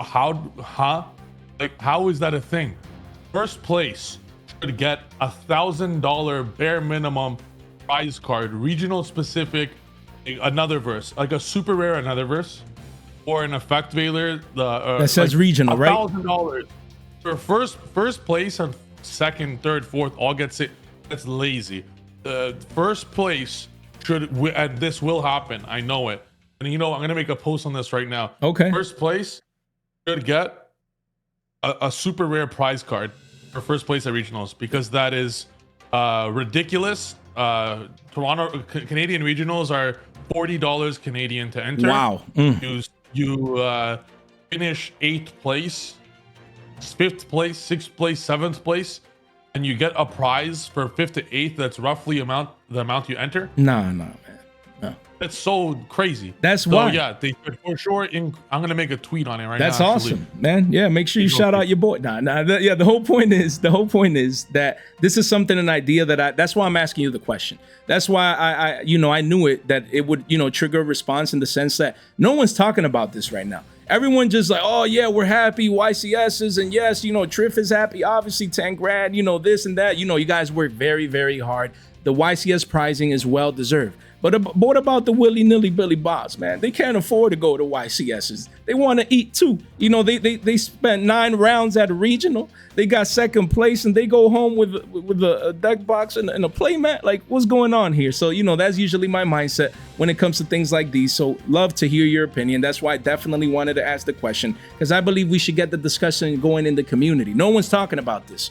No one is taking like, yo, what should we do at the regional level? We've been saying that, you know, over here, and it's, just love it to get your opinion. And hopefully that post causes, you know, just a stir. People to be like, yeah, me, you know what, Triff is right. You know what I mean? So definitely great to talk about that. And then we're talking about, you know, after you make your post there about the banlist implications, you know, what hit or unban you think could improve the format. You know, Electromite, maybe is it time for Electromite to come back? Heavy Metal Foes Electromite, you know, the pendulum god to wake up from his slumber, you know, from his hibernation with this card. Quarter Century Secret Rare from Stampede is going up in price. It was like $5-6. Right now it's $13 because they know that if the card comes back, Triff is going to easily top these YCSs even better. So we just want to know your thought process on the ban list. If there's one specific card you think should get hit, unbanned, you know, Electromite could be an example, but just your thought process overall.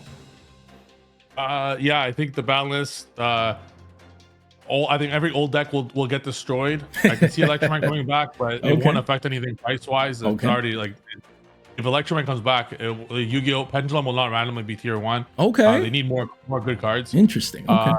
It will be better. It'll be tier 2. Legit. DDD would be crazy with it. I hope they release it. But yeah, expect Lullaby of Obedience to go to 1, but that card's worth nothing anyway, so it doesn't matter. And but yeah, like Smashers will get banned. It doesn't affect anything for the deck. It's not even good in VSK9.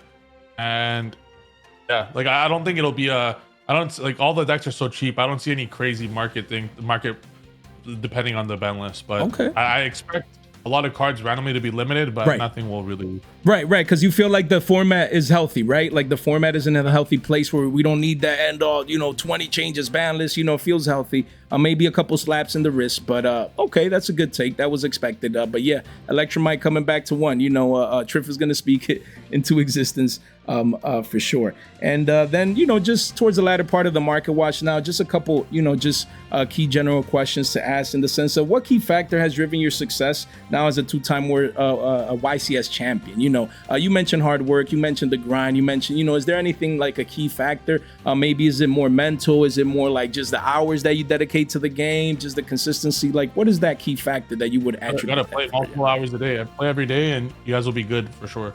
Okay. So just that dedication, like just daily on the grind, right? Just dedicating the hours, the time to your craft, right? Okay.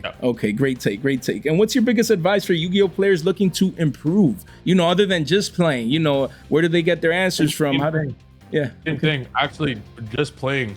Going to local 3 times a week or 2 times a week or playing Dueling Book every day for 2 hours. There's just no secret to be good at Yu-Gi-Oh. That's it. That's literally it. Once you have the perfect list, which you can get from me, I'm the best player in the world, humbly, then just take that list and play every day. It's so simple, but people don't want to do it. They want to spend their time trying to find a new card. That's not, you improve your gameplay, you'll win. There we go. Love it. That's it. No secret. The pilot gets better. The cards are what the cards, they do what they do. So well said. And then how much of success is skill versus mindset versus confidence? Is it all 3? Is one over the other? You know, like you need a little of all of them. Okay. But it's preparation is all. The rest will follow. Okay. All right. Love it. Just simple yet effective. And then talking about spreadsheets, there was, you know, a debate going on a couple of weeks, a month or two, a couple months ago about spreadsheets, you know, people taking shortcuts, you know, paying for prep tools and things of that nature. So our competitive spreadsheets those are good. Yeah, those are good resources. And I highly recommend, if you don't want to spend 50 hours learning combos, or that will super speed your growth. So I mentioned earlier, the best way is just to play. The best way is to play. But prior to playing, you have to understand the combos. Otherwise, you're playing for no reason. Okay. So like, there will need to be like an initial learning curve of how do you do all the combos properly, and what's your iteration through Nibiru, hand traps, etc. You could learn that on your own, 100%. You could learn that through watching videos, 100%. But that, like, if you get a spreadsheet, let's say, or what I do is master classes. Like, I coach for 10 hours basically on a deck. Okay. Like, Yummy master class, 400 people purchased it, which is crazy, in a span of 3 weeks. Wow. Since it's been released. 4 weeks now, and that information on there, it's 10 hours and 15 pages. Insane. Everything you could think, every iteration in the deck you could think of. If you master something like that, it just saves you time. It's not necessary, never is, but it saves you a lot of time if you're playing Yu-Gi-Oh a lot. If you're playing locals once a month, getting a spreadsheet's stupid. Personally, like, I sell spreadsheets and I'm telling you guys that. Like, it's only good if you're actually intending to use it a lot. If you took my knowledge and took it to regionals and even top 8'd with it, which you will easily fucking easily with the knowledge. You win yourself a playmat that's like 150 CAD or USD or whatever the playmat is, and the class is worth $40. So like you could get your money back so quickly. But if you don't play, that's when it's like there's no point. You know, if you're playing for shits and gigs, you don't. No, there's no point. Yeah, that's a good point. I mean, and I share the same thought process. We always, I always mention my opinion on spreadsheets. I think they're great. I think they're not for everyone. I think, like you said, if you don't play a lot, people probably still buy it. They're like, oh man, for that one time away to locals, I got destroyed. My name is Billy Bob. I'm at table 500 at a regional, and it's the spreadsheet. No, it's not none of that. This is for people that take it serious. This is for people that want to fast track in the sense of knowing how to play a deck, how to be efficient with it, know the combo lines, guys. So if you're interested in that, we're going to leave the link in the description down below so you guys can swing by, show some love if you want to get better. And not just with Yummy. Now we have the K9 one as well, K9 Vanquish so one as well right here. It's just hours and hours and hours, put into this, a lot of hard work. And again, just getting results, not just Triff in Vancouver winning, but, I also saw the regional of this guy right here, your buddy right here. He won as well with the deck as well after, helping you with the masterclass and things of that nature. So again, if you want to save time, like Triff said, definitely take that into consideration, something that you can check out, for yourself. And especially if you're going to be playing a lot, you could definitely get a lot of value out of this. And then I just wanted to ask, how do you balance being a top Yu-Gi-Oh pro player and a successful Yu-Gi tuber at the same time? There's a lot of people like me, I'm only on the content creator grind. I'm like, oh man, or the fact that you play and win helps with your channel, or before when you were first grinding, you still played and did your channel. Like, what's your thought process on being a hybrid? It was difficult for me at first, but when you figure out the mix, it's very easy after that. It just especially when you can combine the two in a way where if you're playing and getting, like, let's say I'm training, I'm trying to win an event. Right. Anaheim was an example of this. I would then have an amazing replay from destroying someone. I simply just put my replay to the side. Later on in the weekend, I'm going to go over that replay and my thought patterns of it, so people could watch that and get way better at Yu-Gi-Oh themselves. So that hits two birds with one stone. That's amazing. Training, I save the good replays for people to watch later. So that's how you do both. As far as market watch YouTubing, something I could think on that is, you definitely practice what you preach. So if you're at locals, especially like, let's say a girlfriend, for example, if you can get a girlfriend to record you while you're doing some trades, oh, that shit's crazy. I want to do that myself. Get my girl to record me while doing some trades at locals. Like, that would be crazy. So you're trading at locals and you're getting sick content, Yeah, it's like killing two birds with one stone, and originally that's why I put it out there. I used to do all this research all the time, like just cards to pick up, sell before the crash, buy before the spike, and I just decided one day to put it out there, and we continue to grow and to provide that value. So that's definitely a great insight. And then when and how did you realize your play style and personality was perfect for YouTube? Like, was there a specific moment or video where you just knew Triff Gaming would blow up? Did you speak it into existence? This one thing happened when everything turned around, or, just some insights on your journey towards 100K pretty soon? I knew immediately. Same thing. I knew this shit immediately. In fact, you want to know when I knew Triff Gaming will make it? Yes. I know the exact day. Yeah. The day after I launched it. Okay. Just Seriously, one day. Like, for real. I'm not even saying this, like, truly. The day after I launched it, I got a lot of help from Sam launching my channel. This goes in a lot of business. Having a friend in something helps a lot. So you obviously had a channel. One day, I'm helping with the pendulum video. He's like, oh, any shout outs you want to give? The zero thought, like, just randomly out of nowhere, I'm just like, yeah, subscribe to my YouTube channel. I didn't even have a YouTube channel. Then he's like, whoa, what's your YouTube channel name? With the camera, I'm like, Triff Gaming. Just out of the blue. No thought. I had zero. I didn't know I was going to do this. That's crazy. God put a thought in my head. Just do it. That's crazy. I went home. It took me 10 hours that night to create a banner that would take me 10 minutes right now. So I made a banner, a YouTube account, and I put Triff Gaming, caption. That shit would take me 10 minutes. It took me 10 hours. 5 hours. I went to sleep at like 4 a.m. that night. I randomly wake up, get a text from Sam like, yo, video's up. I check. My YouTube channel has 900 subscribers. Ah, wow, out of the blue. That's crazy. That's insane. Zero subscribers overnight, around 900. At that moment, I was like, I went upstairs immediately. I put on Danza Kuduro. I woke my brother up. Kuduro, let's go. Let's dance. I woke my brother up. I'm like, yo, I'm a YouTuber now. And I showed him 900 subs. I never looked back since. Worked my ass off the next 7 years. And here I am. Now, it wasn't very consistent sometimes. Right. But it's a journey. Like, that's the way to do this, is to just never, if you never give up, you'll never fail. You just need to keep going and not stop.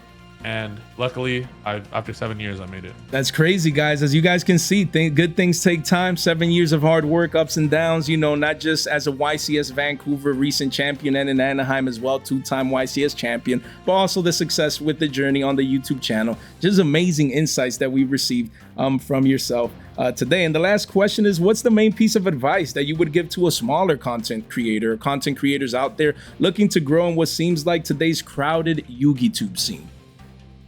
Post every day, never give up, and just keep going.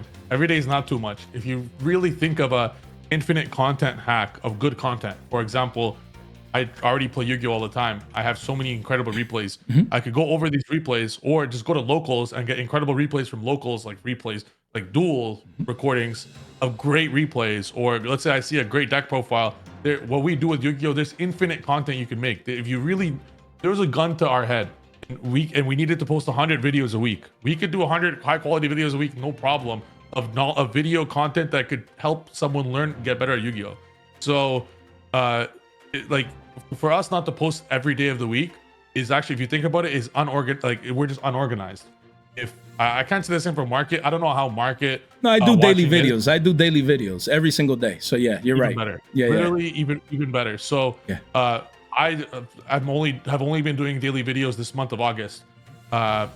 Never in my career have I done daily videos. The month of August, I've done daily videos. What happened? I'm about to get. I just hit 800,000 views this month with a bunch of small videos. No video had like, my YCS winning video had 50K. Aside from that, my highest video was like 25. So it wasn't like, it was just a bunch of small ones. 800K. I got a good amount from YouTube. I'm selling spreadsheets a lot from master classes on it. Why? It's because I'm posting every day. Like, the consistency of it. The consistency. So my best advice for smaller YouTubers, consistency. Just post every day. Reach out to other content creators that are pretty big in the game and give them value as well by like helping them with something. And just keep posting. Keep posting. And eventually, inevitably, by not giving up and just doing this daily, you will win. This is my thought for everyone. There we go, man. Thanks for sharing that great advice. You know, we're in the latter part of the video. It's been an hour and 41 minutes. I think it's been the longest video on the channel. So I really appreciate you sticking through this, giving me almost 2 hours of your time for the community. Triff is amazing, man. Amazing human. You know, met him in person, obviously collab now. Look forward to meeting him again in person as well. And lastly, we don't usually step outside of Yu-Gi-Oh topics, but this cause here real quick. You know, I personally donated $100 as well. Triff reached out. I'm like, yeah, man, of course we need to donate. He doesn't care about the amount. You know, again, I get it. Some people might not believe in certain causes. Other people, it's all about helping, man. It's all about giving back. You know, we just want to put this out there. Nothing is, it's voluntary, but you can choose to do so because this cause means a lot to Triff. It means a lot to us in the Yu-Gi-Oh community if you want to feel like you give back. And I don't know if you have any thoughts with regards to this. Yeah, I appreciate you bringing light to that. We're not going to get too political here, but no matter what your political views are, to have children dying there for no reason is fucked up. Regardless of what you view in the war, that's really fucked. So anything helps, guys. We always want to donate collectively as a Yu-Gi-Oh community. We've donated over $10,000 Canadian, $10,700 Canadian, which is a lot. That's like what, 8K USD. This is a lot that will make an actual difference saving kids' lives. So if you guys would like to donate as well, even just anything is good, we'd appreciate that. That'll be awesome. For sure. Yeah, we'll definitely leave the link in the description down below in case you guys want to donate. We would appreciate that. And shout outs to Triff, you know, for this cause, man. Just amazing. Again, as part of we've been saying here on the channel today, just an amazing human beings. So again, on that note, you know, it's the end of the market watch, guys. Almost an hour and 45 minutes in. Again, shout out to Triff, guys. You want to make sure that you subscribe to the man himself. He's almost at 100K. You know, let's make sure we cooperate towards that. And again, you know, thanks for swinging by, brother. It was a pleasure meeting you at the New York region, and then before that at Anaheim. I know, I mean, those moments there blur, especially at Anaheim after winning, but then just that chat I had with you in New York really is just impactful, and I'm glad that we get to give this to the community. Amazing market watch episode, guys. So yeah, on that note, I don't know if you have any last thoughts before we get out of here. I appreciate you having me on. Everyone, make sure to subscribe right now to Yu-Gi-Oh! Fresh Off the Press.